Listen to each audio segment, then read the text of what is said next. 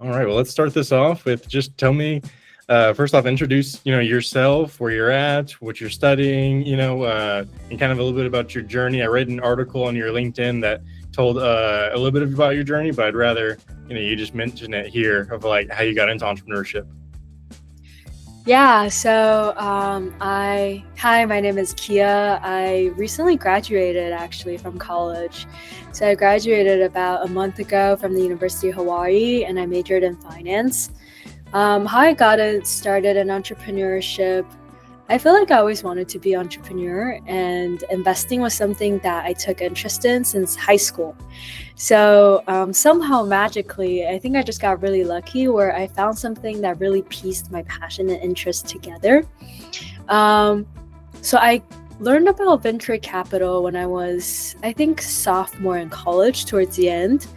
And so I joined the student organization on my campus where we get to invest in student entrepreneurs who are trying to make an impact in Hawaii. And that really kicked off like my journey in venture capital. So right after graduation, I'm now working at a firm, a VC firm that's kind of like, they're starting their third fund here in Hawaii. So yeah, now like I really want to pursue a career in venture capital, and I think that's something that I'm really interested in. Nice. That's what I was going to ask of like, all right, you just graduated, so what's the plan after? Is there a specific thesis that this VC firm is looking at in Hawaii or a specific? Yeah, we're doing climate tech, fintech, and deep tech. Nice. Are those huge kind of like sectors in Hawaii? I got to talk to a few other founders in Hawaii when I was there a few weeks ago. And, we talked about how each like city in America kind of has its like sectors that startups tend to come out of. Like Houston has oil and gas and medicine, and Silicon Valley tends to have more like chip manufacturing and like deep tech and AI stuff right now. Would you say those are kind of the main sectors coming out of Hawaii right now? I think the truth about Hawaii, like, it's just there's not a lot of startup activity happening, if you know what I mean. Like, this is something that, like, yes, we can put something to Hawaii, be like, oh, this is like, if you do this, it fits Hawaii, like, it makes sense. But the truth is, it's just the tech ecosystem here is very new.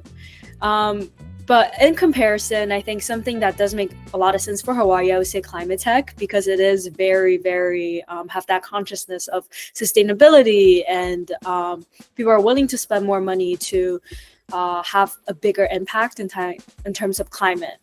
And the reason why I think this firm has focused on fintech, deep tech, is because it's kind of pivoted out from a fintech firm. So their original thesis is really investing in fintech, and most of the teams have a finance background. So I think that's also another reason.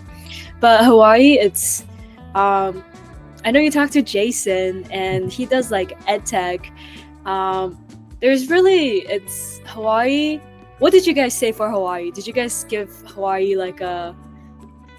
What do you mean, like a grade? Not like a grade. Did you guys say there was any industry that was specific to Hawaii? So I got to talk to Jason, and I also got to talk to Carlo Liquido. I'm probably butchering his last name, but I got to talk to them too. Both of them we met at Cheeseburger in Paradise and had some good drinks. It was a good time. But I think Jason had been there 4 or 5 years now. And what he was saying was very similar to what you were saying of, it's still a very early ecosystem. It's still kind of getting its roots and figuring out who its first few unicorns are going to be. He says kind of all over the place. He did mention he's one of the few like ed tech there. But he also mentioned like climate tech, and I think Carlo brought up food tech. It's a big one that's coming out of Hawaii. There's a lot of like either made in Hawaii brands or like originated in Hawaii brands. Yeah, agriculture is really, that's something that's also just really big. And another one that I think probably now people are more paying attention to is CPG, because Hawaii has a really unique brand. And I think now we're seeing more and more entrepreneurs taking advantage of that. Yeah, no, I mean, half the time I was there, I was just stopping by ABC stores, And I kept taking pictures of all the different CPG products. And I was like, oh, this would be really cool on the mainland. Like, we should bring this back. So I'm working with the Japanese company right now to bring a soda over to the US. And I just kept looking at all the different things. I saw one, you probably know it. It was like s'mores bites. And I was like, oh, we need some of that back. So I brought like two packages of it back with me. But future plans for the later. So I got a big sweet tooth. So how was the trip to Hawaii? Oh, it was great. It was like half vacation, half for this channel. Honestly, I just wanted to get away for a few days before I came back and started the next semester here at University of Wisconsin. I am not the type of person that vacations and likes to go out and like do everything every day. I legitimately I stayed within like a mile of the hotel I stayed at and just walked to the beach every day and got a coffee and just read my books. And it was great. It was perfect. It was all I wanted. Just a coffee in the morning and a cheeseburger with fries and a pina colada in the evening, and like some good reading and the waves crashing, getting to hear that. You'll never catch me at like yoga or meditation or anything. I cannot do that. I can't sit still. But when I'm like sitting there on the beach and like I'm hearing the waves, that's as close to like mindfulness as I can get. So it was great. Well, I love it. I always tell people, I'm like, yeah, like my biggest dream right now is literally just sit on the beach and read my book. and then like I remember it was like a few months back, I finally had time to do it, and for like 2 days I was just on the beach, and after 2 days I was like, oh my god, this is not that fun. I don't think I can do this for the rest of my life. Yeah. No, I was thinking about the whole time of like, I think I could start each morning like this, but like all day would be too much. But problems for another day. Talk to me about Bullmont. It's an organization you started whenever you were at University of Hawaii, right? So that's actually an organization that's started by a friend of mine, and he goes to Yale University. So I was introduced by somebody. It's kind of like an interesting story. So back then, one of the VCs that I was in contact with introduced me to Albert. So Albert is the guy who started Beaumont.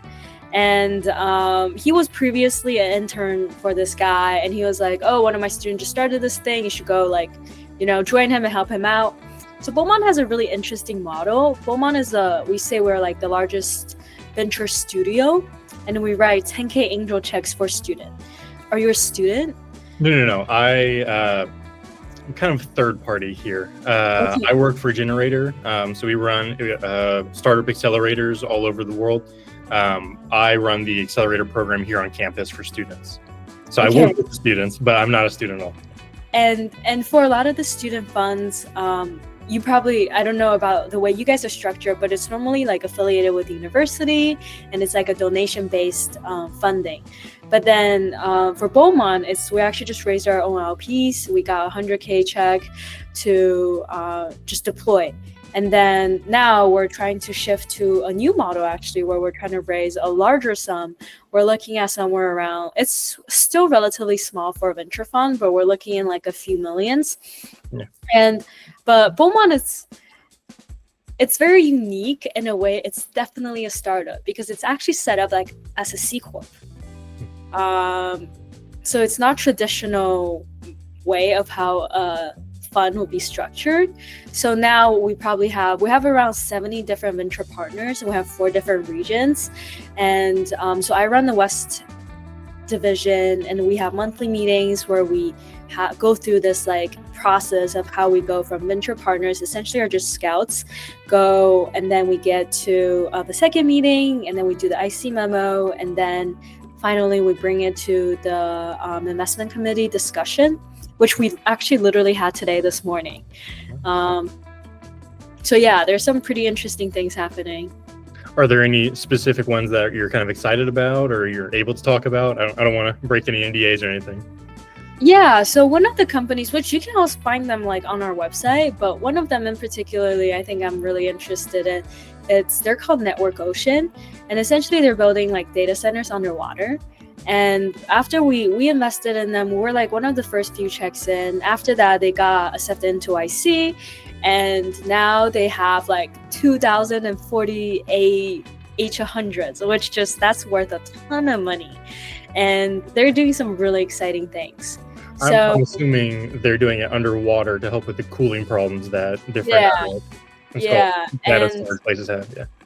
And I think like for all of these student organizations, we kind of just believe that like despite being despite being young, like you can still do things that are extraordinary. Like this company started by one student from Cornell, and like in their early 20s, and just raising a ton of money and doing crazy things. I think we need more examples of like these in Hawaii, where it's like it really shows you like what's possible, right? I think that's what a lot of students need.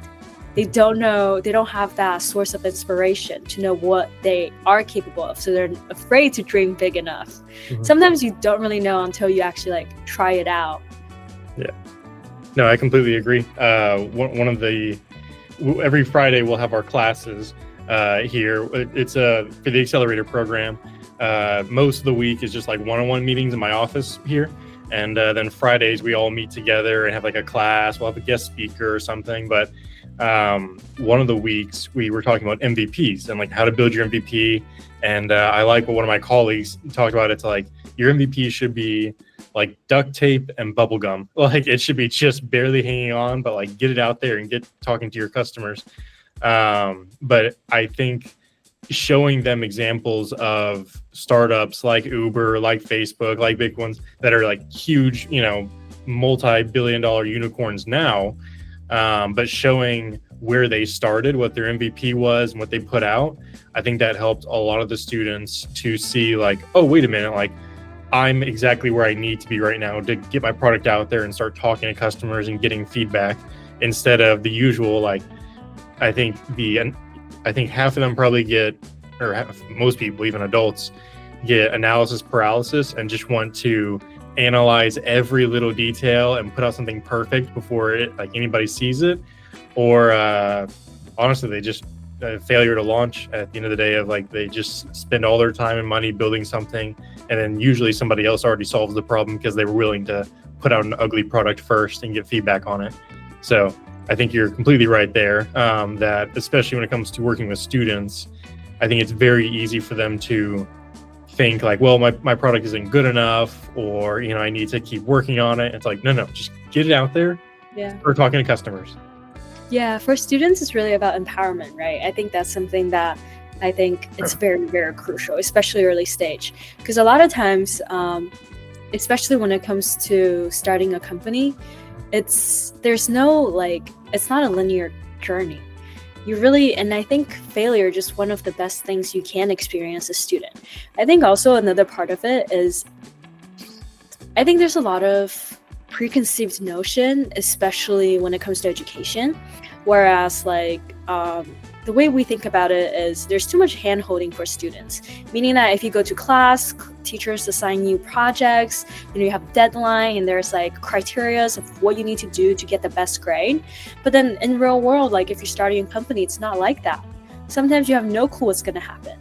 And there's also so much negative connotation around dropping out, or because if you're legitimately starting a company that is VC backed, no investor will give you money for you to go to school. And I think this idea of how students have to create this ability to really think for themselves and be able, somebody that I always use this example because I think it just perfectly captures what I think is more students need to do, which is I recently talked to this guy who raised 20 million from founder of Airbnb and Uber. He started this company called Dub, which is you copy famous smart people's trading strategies.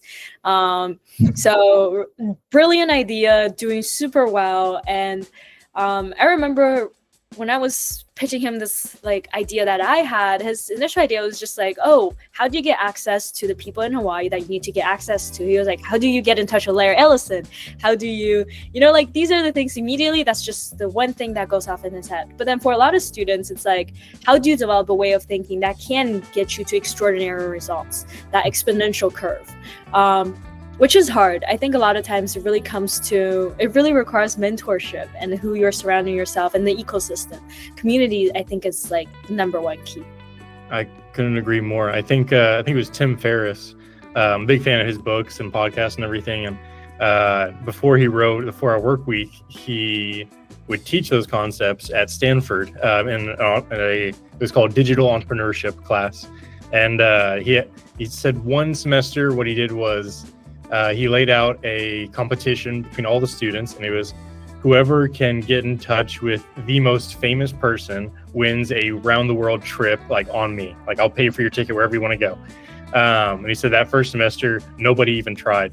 He goes, but the second semester, what he did was, it was like whoever can get the closest to somebody famous. He's like, that's it. Like, just try. At least, like, do something. You don't have to, get them on the phone or anything. But if you can get like a letter was returned from them, something like that.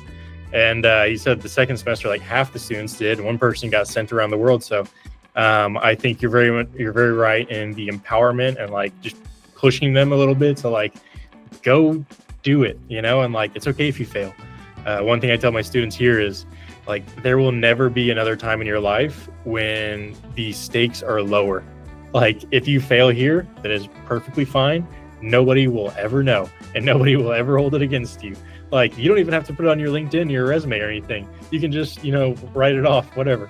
But give it your best shot, Yeah, people take students take such big, are so entitled to the fact that they're young and are students.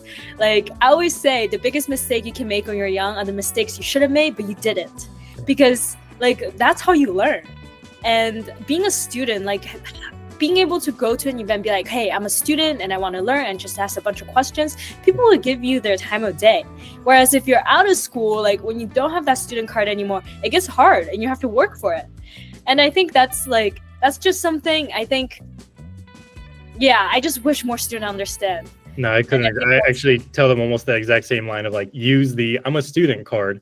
Like use it. Yeah. People will let you into doors and they will answer your questions, and they'll like use their like pity of like, let me help you out. Because I think most people lean towards good, and most people want to like help out the next generation. And especially if you are an entrepreneur who's, been through 1, 2, or 3 failures already, like it feels good to want to help the next generation avoid those same failures and like get ahead, Yeah. And you don't stop there, right? You don't just use a student card. I think like the student card opens doors. Like you are able to get access to these people, start the conversations. But then from there, you have to go a step further, which is you can't just have a conversation with them. You have to try to build a genuine relationship. And how you do that is by being authentic and not try to always ask for things, right? Like I think something that I really worked through when I was a student is like, how do I approach these really successful people, but not only with the mindset where what can I take away from them, but also like, how can we have something that's like mutually beneficial? It's hard, but it's a very interesting interaction once you start changing your perspectives, because it doesn't feel too good if you're just going there and be like, oh, I want an internship, here's my resume, right? Get to know the people, get to know their values, get to know like their story. I think that's the best part. That's what I like about VC too. Very much so. And especially in VC and the startup and angel investing world, you meet a lot of interesting characters, and I'm sure a lot of them would be great to do an internship for, and I'm sure others not so much. But that's why you got to get to know them. And you're very right. You got to do your research on like who you're talking to and what, honestly, knowing what your goals are individually. So I feel like we've been talking for so long, but I don't even know your story. You should tell me more about you. Oh, my story's boring. You don't want to hear that. But say that. I'll tell you another time. But I got one last question I wanted to ask, kind of just future thinking. We mentioned it a little bit earlier of like there really isn't a set industry in Hawaii. Like I think it's been known for years as like tourism, but that's not, a startup, in most ways.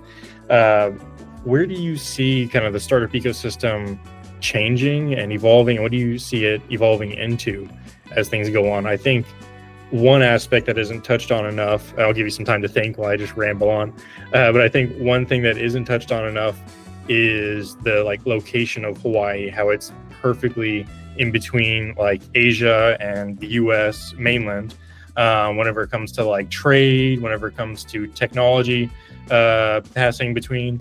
We're seeing a lot of entrepreneurship coming out of South Korea, Seoul, and Tokyo, and Yokohama.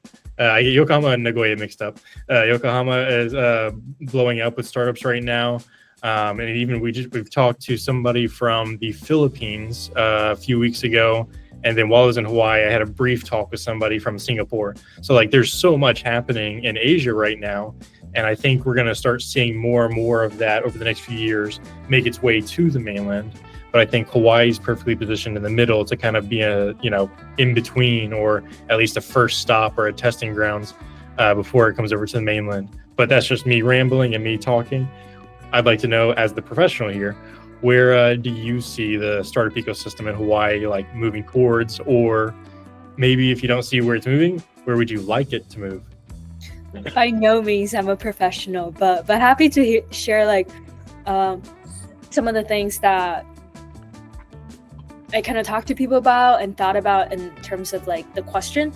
I think like for Hawaii, this is something that I'm very big bullish on as well. I'm like, oh, Hawaii's right in between like East and West. How do we bridge? Like Hawaii also has so much diversity, which is such an advantage that I feel like people haven't taken the most advantage of. However, the fact that Hawaii is in the middle of nowhere, but simultaneously is in the middle of everywhere is a known fact for everybody. But why has Hawaii not changed in so many years? Right? Because everybody has tried. A lot of people, really smart people, have tried, but it never worked. So right before I graduated college, the last 6 months when I was in school, I was trying to start my own fund. So I went around like talking to 100 different people, trying to like fundraise for money, until I just got an offer for a VC, right? I was like, yeah, I'll try it out first, see if I actually like it. But through that process, it was actually very interesting because the summer prior, I traveled to 5 different countries in Asia and talked to 30 different companies. And a lot of them are VC firms based in Asia, whether it's like CVCs, so corporate VCs, or just like individual venture firms. The consensus... Which countries were those? Did you visit? So I went to Japan, Vietnam, Singapore, Korea, and Indonesia. Gotcha. A lot of interesting things happening from the emerging countries. I think Asia, like I personally, so I was born and raised in China, and I grew up in Korea for 10 years, for majority of my childhood and high school. And then also lived in Hawaii. So like I'm very Asia centric in terms of like culture and understanding. So I think there's a lot of potential, especially just how big the market size is, right? But then talking to all of the places, you will be surprised how Asian countries view Hawaii. To them, I'm like, doesn't it make sense? Like, for example, to a Japan startup, I was like, if you guys are trying to go to Silicon Valley, Hawaii is the perfect place for you to help you bridge you to Silicon Valley. But to them, it's like Hawaii is just, the market is too small. There's no point for them to test their product market fit here because it's not really applicable. And all the tiny little traction they get is not going to get any interest from VC. To them, Hawaii is just a brand. And I was like, it's kind of like, it hurts me to hear them say things like these, right? Because I feel like there is a hope, but the reality is Hawaii is just not yet at the stage where they can to become supportive of firms like that, to bridge this. But I don't think it's impossible. I think they're well required. If you look at Singapore, if you look at Japan, why are their like startup accelerating so fast? It's because of all the government support. When government is supporting at that kind of level, you are going to see some fundamental shifts in the way people do things. Gotcha. Like for example, in Singapore, if you go to NUS and you start a company as a student, automatically you get 10K in grant. But not a lot of people are doing that. So I talk to student venture funds like pretty much all around the world, and I think government is the number one thing Hawaii needs to have do a better job of. And I do hear people now talking about pushing towards a regulatory change to be more business friendly in terms of tax, especially. There's also something like specific tax rules in Hawaii where it's like made towards tourism, but it's actually very, very like not business friendly.